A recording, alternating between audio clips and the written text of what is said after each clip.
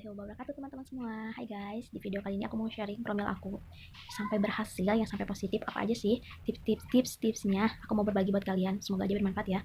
Yang pertama, aku itu udah pasti ya, eh pakai kurma muda, udah nyobain pakai madu plus durian, dan diurut ke para juga. Jadi aku itu menikah pada Februari 2017. 3 bulan sesudah menikah, aku memutuskan sama suami untuk program ke dokter. Jadi kita nggak nunda-nunda untuk dapat ngomongan, jadi kita nggak KB juga. Jadi 3 bulan sesudah nikah itu aku konsultasi ke dokter kukung di rumah sakit Dewi Sri di Karawang, karena aku sudah nikah stay di Karawang. Konsultasi ke dokter kukung biasa USG konsultasi, terus dikasih obat gitu. Terus habis itu masih belum ada perubahan, masih belum ada hasil. Terus kita nyoba ganti dokter karena mungkin kurang kurang serak ya dokternya.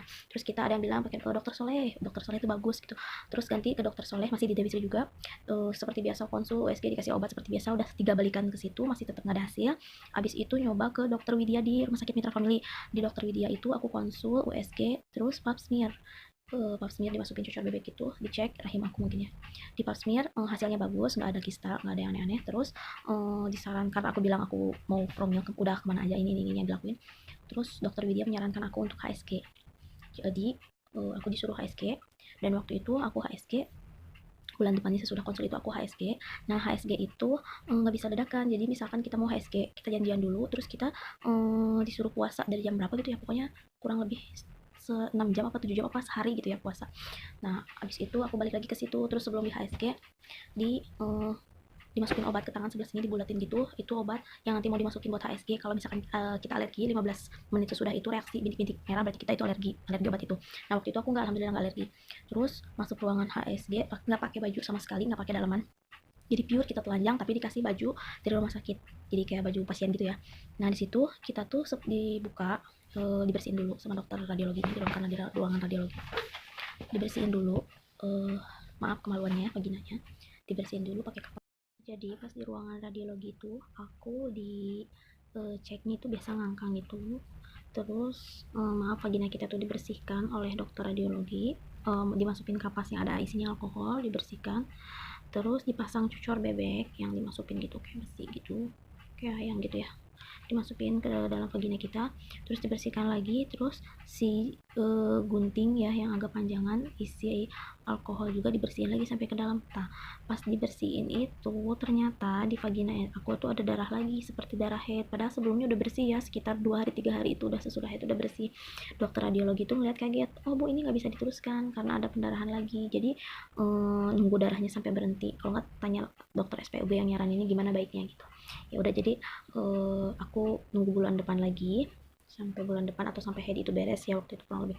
Nah aku jadwalin lagi buat HSG seperti biasa, disuntik lagi gitu ya, seperti mau HSG awal lagi gitu.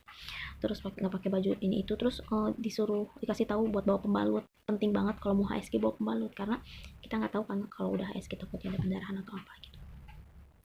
Pas dicek HSG, alhamdulillah bersih seperti biasa, seperti HSG yang awal. Bersih, dimasukin cairan ke dalam, dibaca seperti di foto ya, perut kita ada alatnya gitu di atas.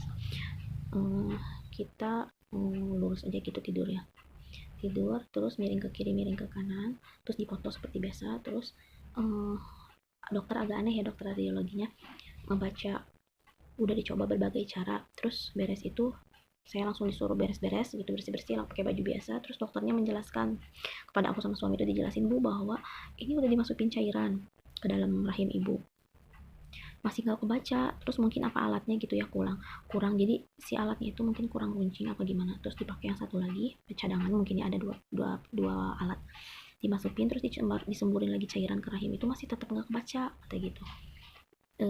Dokternya juga sampai aneh, kok nggak kebaca gitu.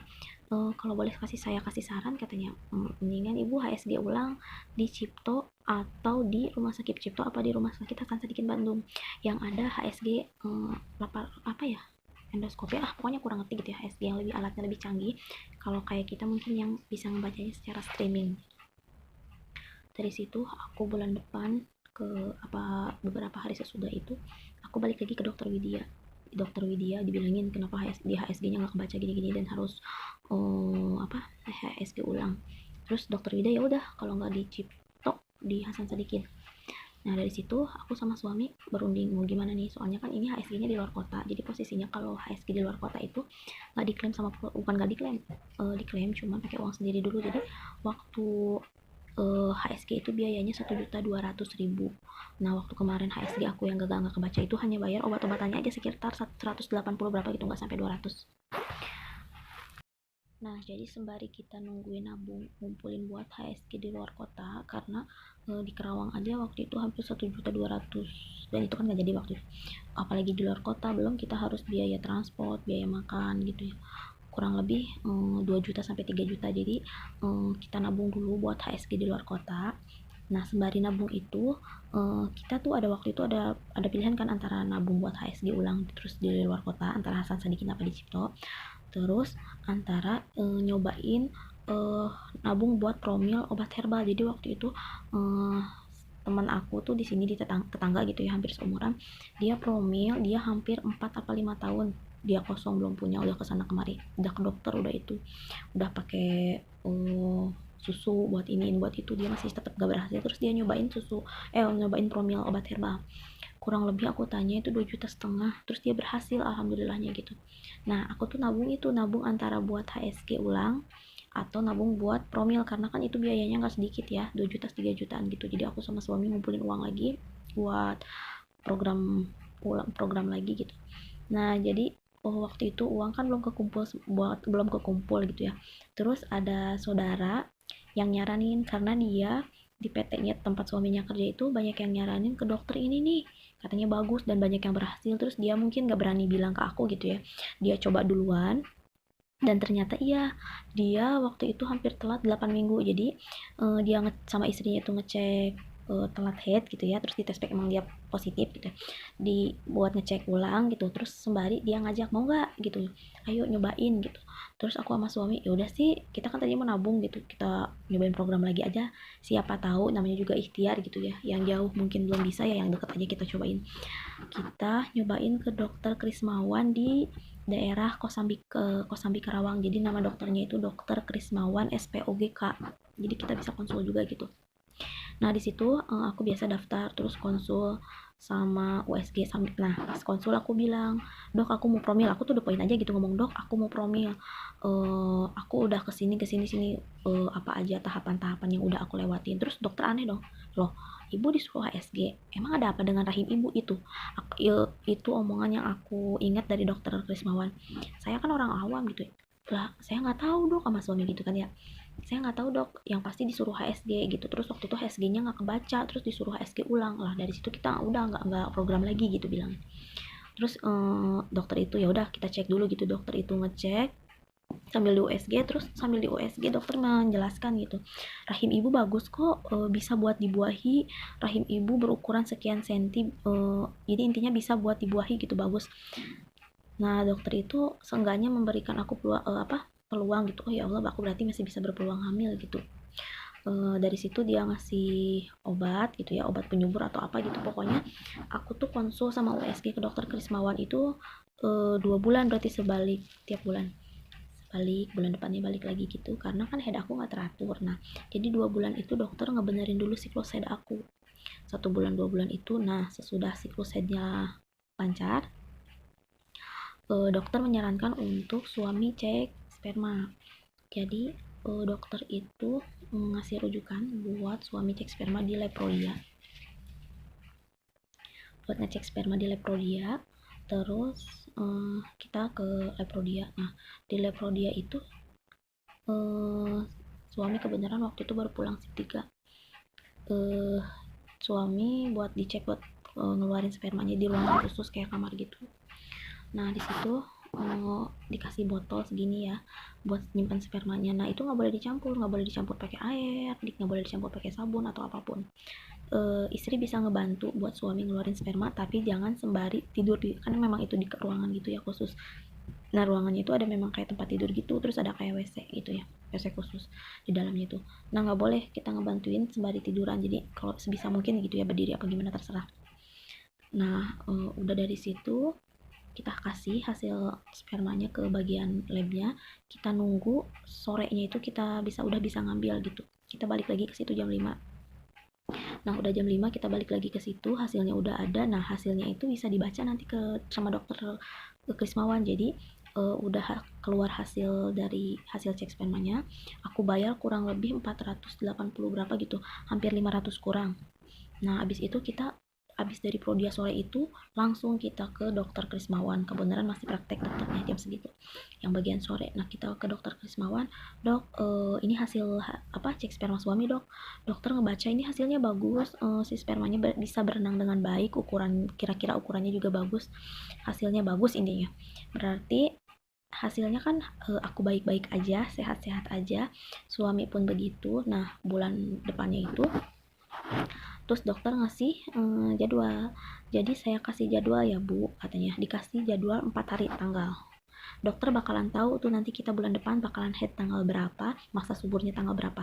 Nah dikasih tanggal misalkan tanggal 23, 24, 25, 26. Nah di 4 misalkan ya, di 4 hari itu kita berhubungannya misalkan 2 hari selang sehari libur baru sehari lagi, atau 1 hari libur ini 2 hari berhubungan. Jadi intinya atur-atur lah, terserah kita, pokoknya dikasih 4 hari itu harus ada libur 1 hari. Nah bulan depan itu udah dari situ aku lakuin apa yang dokter saranin. Terus bulan depan sesudah dokter nyaranin itu aku biasa aja gitu ya. Oh ya udah, kalau misalkan memang belum berhasil, belum rezekinya. Kalau misalkan berhasil ya mungkin alhamdulillah. Aku sama suami sesudah program itu kita refreshing aja, liburan berdua aja gitu, berenang kah, senam, ikut-ikut senam, terus ngecek gigi. Katanya ngecek gigi juga ngaruh buat program hamil mungkin ya, dicek gigi gitu, dibersihin. Nah dari situ bulan Oktober, jadi bulan Oktober itu aku head itu dari tanggal 23 sampai tanggal berapa ya, aku telat. Pokoknya ketahuannya aku pertama telat ya, aku pakai aplikasi Flow namanya. Dan di aplikasi itu waktu itu tertulis telat 4 hari. Gimana ya, orang pernah gitu telat sampai 4 hari, cuman waktu itu negatif. Terus sampai 5 hari, sampai 10 hari, aneh dong, biasa nggak pernah sampai gini. Terus emang beberapa minggu sebelum itu tuh aku meriang, puyeng, kayak kecapean gitulah. Terus aku bilang sama suami, kok kayak gini terus ya, terus telat, masa sih hamil. Terus kebenaran waktu itu aku suka nyimpen test pack kan, nyimpen stok test pack itu di rumah, masih ada satu lagi kebenaran. Nah itu pas suami kan baru pulang sip 3 tidur. Nah sekitar jam setengah 10 apa jam 10 pagi aku cek. Nah pas aku cek itu aku belum pernah lihat gitu test packnya ya, sampai dimasukin si airnya itu kan biasanya langsung ke atas gitu hasilnya. Nah pas dilihat garisnya 2 tapi samar. Ya Allah, aku nggak pernah ngeliat test pack sampai kayak garis 2 gini, biasa garis satu. Dibiarin kurang lebih 5 menit sampai 10 menit, terus aku kasih lihat ke suami gitu, dibangunin, ini bener nggak sih test packnya garisnya 2 gitu ya. Terus suami bilang ya iya kali bener gitu. Terus kita minta saran ke kakak ipar, bener gak sih soalnya ini kayak gini gitu. Terus suami ya udah nanti pulang kerja kita cek lagi. Nah kita beli lagi test pack tuh, berarti 2 kali test pack dan hasilnya sama, 2 garis tapi samar. Nah abis dari situ kita memutuskan buat ngecek nih yang deket dulu aja deh, soalnya kan posisinya dari rumah aku ke dokter Krismawan itu kurang lebih 1 jam ya, 1 jam kurang itu perjalanan. Kita takut gitu kalau di motor gitu kan ya, terus perjalanan jauh. Ya udah yang deket dulu aja, kita ngecek di bidan di dekat sini. Nah pas dicek ditanya terakhir head biasa gini gini nih. Pas di USG ya Allah alhamdulillah banget hasilnya positif. Jadi bidannya tuh bilang, iya bu ini positif, kandungannya 4 minggu mau jalan 5 minggu. Ya Allah, rasanya itu alhamdulillah banget gitu. Setelah perjuangan program kesana kesini dokter, terus udah nyobain zuriat, udah nyobain madu, udah nyobain diurut, udah nyobain pakai kurma muda gitu, udah ngelewatin HSG sampai putus asa. Kenapa orang lain gak pernah ngerasain kayak aku gitu, mau punya anak aja harus program kesana kesini. Mungkin ini buah kesabaran aku sama suami, akhirnya Allah kasih. Nah segitu aja ya guys video dari aku, semoga share aku ke kalian, semoga ini bermanfaat. Semangat buat kalian yang di luar sana masih program. Gitu dulu ya guys video dari aku, semoga video ini bermanfaat buat kalian yang program. Semangat terus, nggak ada yang gak mungkin, insya Allah Allah kabul di waktu yang tepat. Aku aja hampir menunggu hampir 2 tahun kurang, jadi semoga video ini bermanfaat. Semangat buat kalian yang namanya ikhtiar ya, kemana aja ya, semoga apa yang kalian jalankan berbuah ya guys. Jadi sekali lagi aku mau ngasih tahu bahwa aku nyobain program ke Dokter Krismawan SPOGK. Kalian cari aja di Google, pasti ada dan alamatnya juga lengkap. Semoga kalian berhasil ya guys. Sekian dulu video dari aku. Assalamualaikum warahmatullahi wabarakatuh. Bye bye.